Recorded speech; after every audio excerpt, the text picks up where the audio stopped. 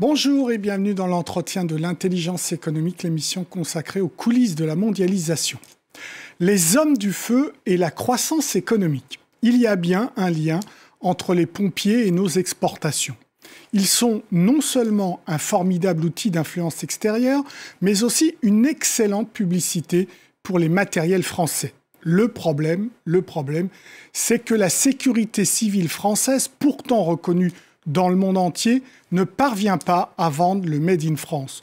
Pourquoi un tel échec? Eh bien, pour en parler, je reçois Selim Halili, directeur de l'Institut français de sécurité civile. Bonjour Selim Halili. Alors, c'est quoi, en un mot, votre institut de sécurité civile? L'Institut français de sécurité civile, c'est le think tank de la sécurité civile qui regroupe l'ensemble des acteurs de la sécurité civile à réfléchir, travailler et faire la prospective sur l'ensemble des enjeux et des sujets de sécurité civile. Alors, pour bien comprendre, qu'est-ce que c'est que la sécurité civile? Alors, la sécurité civile, pour rendre les choses très accessibles, ce sont l'ensemble des acteurs, et principalement les sapeurs-pompiers, mais aussi les associations agréées de sécurité civile, qui portent secours à la fois au quotidien, quand vous faites le 112, ou simplement pour la gestion des crises d'envergure. Tout le monde connaît le feu de forêt, mais aussi, par exemple, les accidents industriels, ou très récemment encore, la campagne de vaccination qui a été menée notamment par les sapeurs-pompiers, qui ont vacciné plus d'un quart de la population. Alors, c'est vrai qu'il y a un vrai savoir-faire français et qu'il est reconnu à l'international? Tout à fait, il y a une vraie doctrine française, premièrement, de l'ensemble de la sécurité civile, et la France peut s'enorgueillir effectivement d'avoir cette doctrine et ce modèle d'organisation des secours qui est valorisé à l'étranger à travers différents leviers, et c'est un vrai avantage comparatif. On est bon dans quoi, les Français?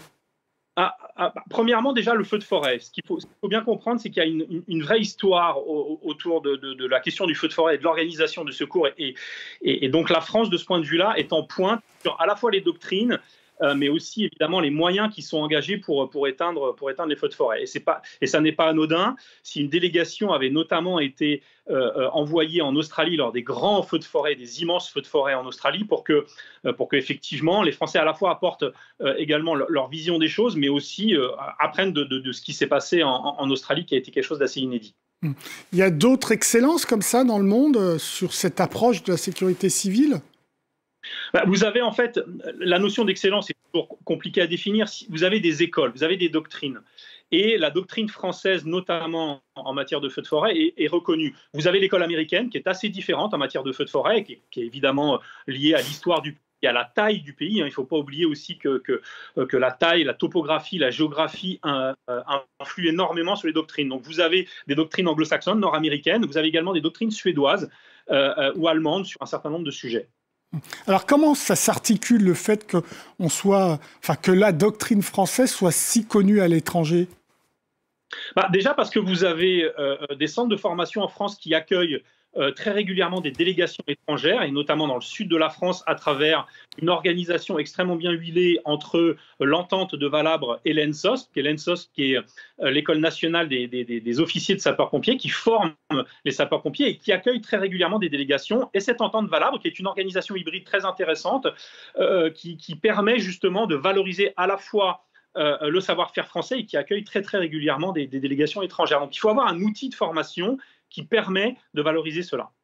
Et c'est cet outil qui permet de projeter la sécurité civile française, pas seulement sur des problématiques d'incendie, mais aussi sur des grandes catastrophes naturelles, par exemple? Alors, ce qui permet, il ne faut pas oublier que la sécurité civile relève d'une activité régalienne. Et donc l'État, évidemment, est un acteur majeur et principal de la promotion de cette doctrine de sécurité civile. Vous avez raison, lors de grandes catastrophes au niveau international, des tremblements de terre, des typhons, systématiquement la France envoie des bataillons de sapeurs-pompiers afin d'aider les pays qui connaissent ces catastrophes-là, et en même temps, d'une certaine manière, c'est une manière de valoriser le savoir-faire français lorsqu'il est envoyé comme ça sur des théâtres d'opérations extérieures. Et c'est une manière, derrière, de valoriser à la fois l'image de la France lorsqu'elle vient aider des pays étrangers, et d'une certaine manière de valoriser ce savoir-faire également qu'on peut valoriser derrière à travers la formation et la vente de matériel. Alors justement, précisez-nous quel matériel? Alors, ce qui Ce qui est très intéressant avec la sécurité civile, c'est qu'évidemment, vous avez le gros bataillon des matériels classiques que tout le monde connaît, que toute la population connaît, que sont les camions, les équipements individuels. Donc ça, c'est, j'allais dire, le fer de lance de l'activité de sécurité civile. C'est ce qu'on essaie de valoriser au mieux.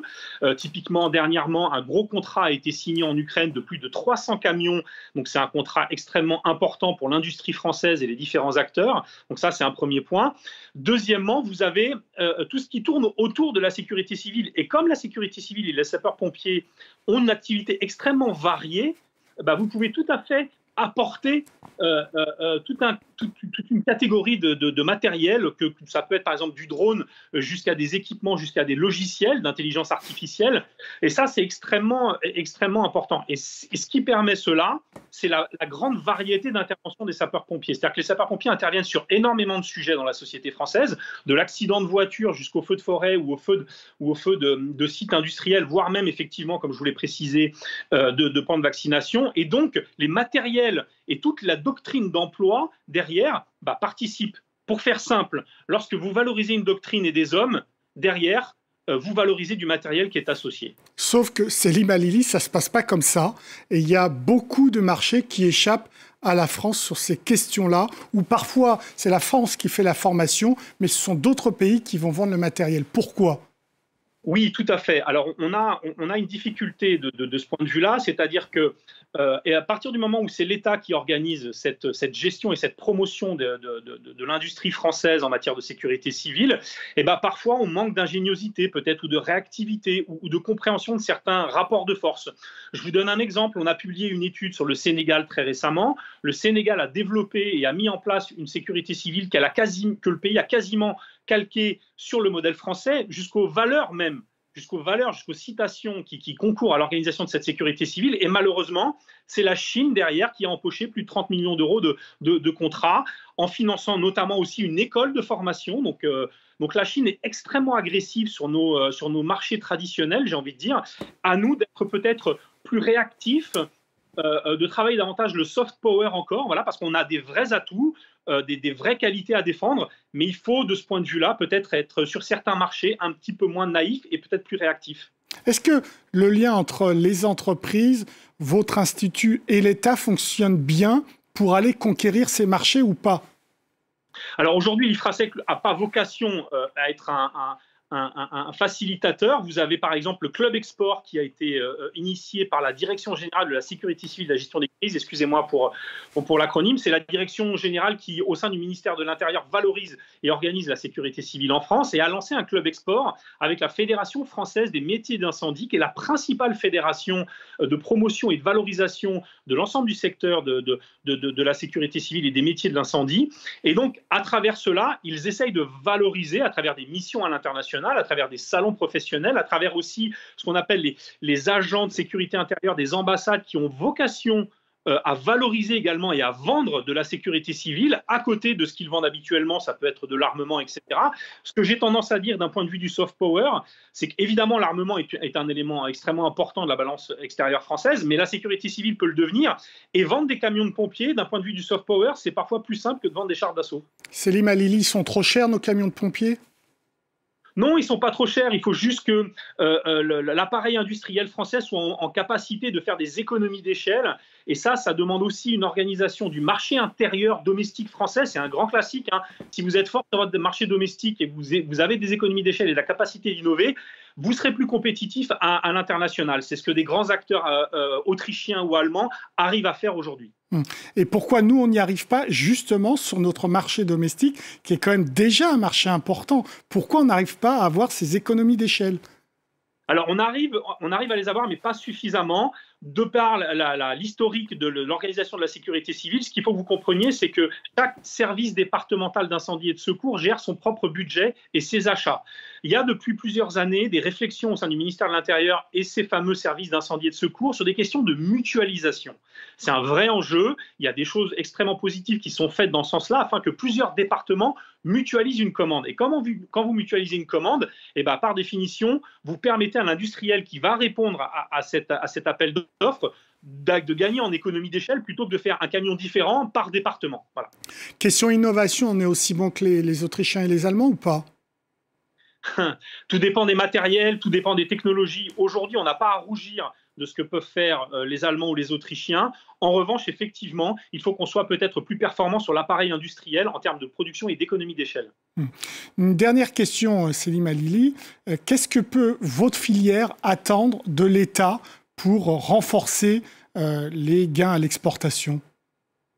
Aujourd'hui, très clairement, c'est de considérer que la sécurité civile, tout comme le secteur militaire, qui évidemment, de par son ampleur extrêmement important, doit être un acteur, doit être un élément de la projection à la fois du soft power français mais de l'influence française, puisque ce qui est très important de savoir, c'est que lorsque vous influez sur les politiques et l'organisation de la sécurité civile d'un territoire, vous monitorez ce territoire. Et donc, valoriser la sécurité civile française à l'international, c'est permettre à la France d'être présente au cœur des systèmes politiques étrangers. Merci beaucoup Selim Halili pour vos réponses. L'entretien de l'intelligence économique est terminé, mais évidemment, vous pouvez retrouver cette émission sur france24.com. Au revoir.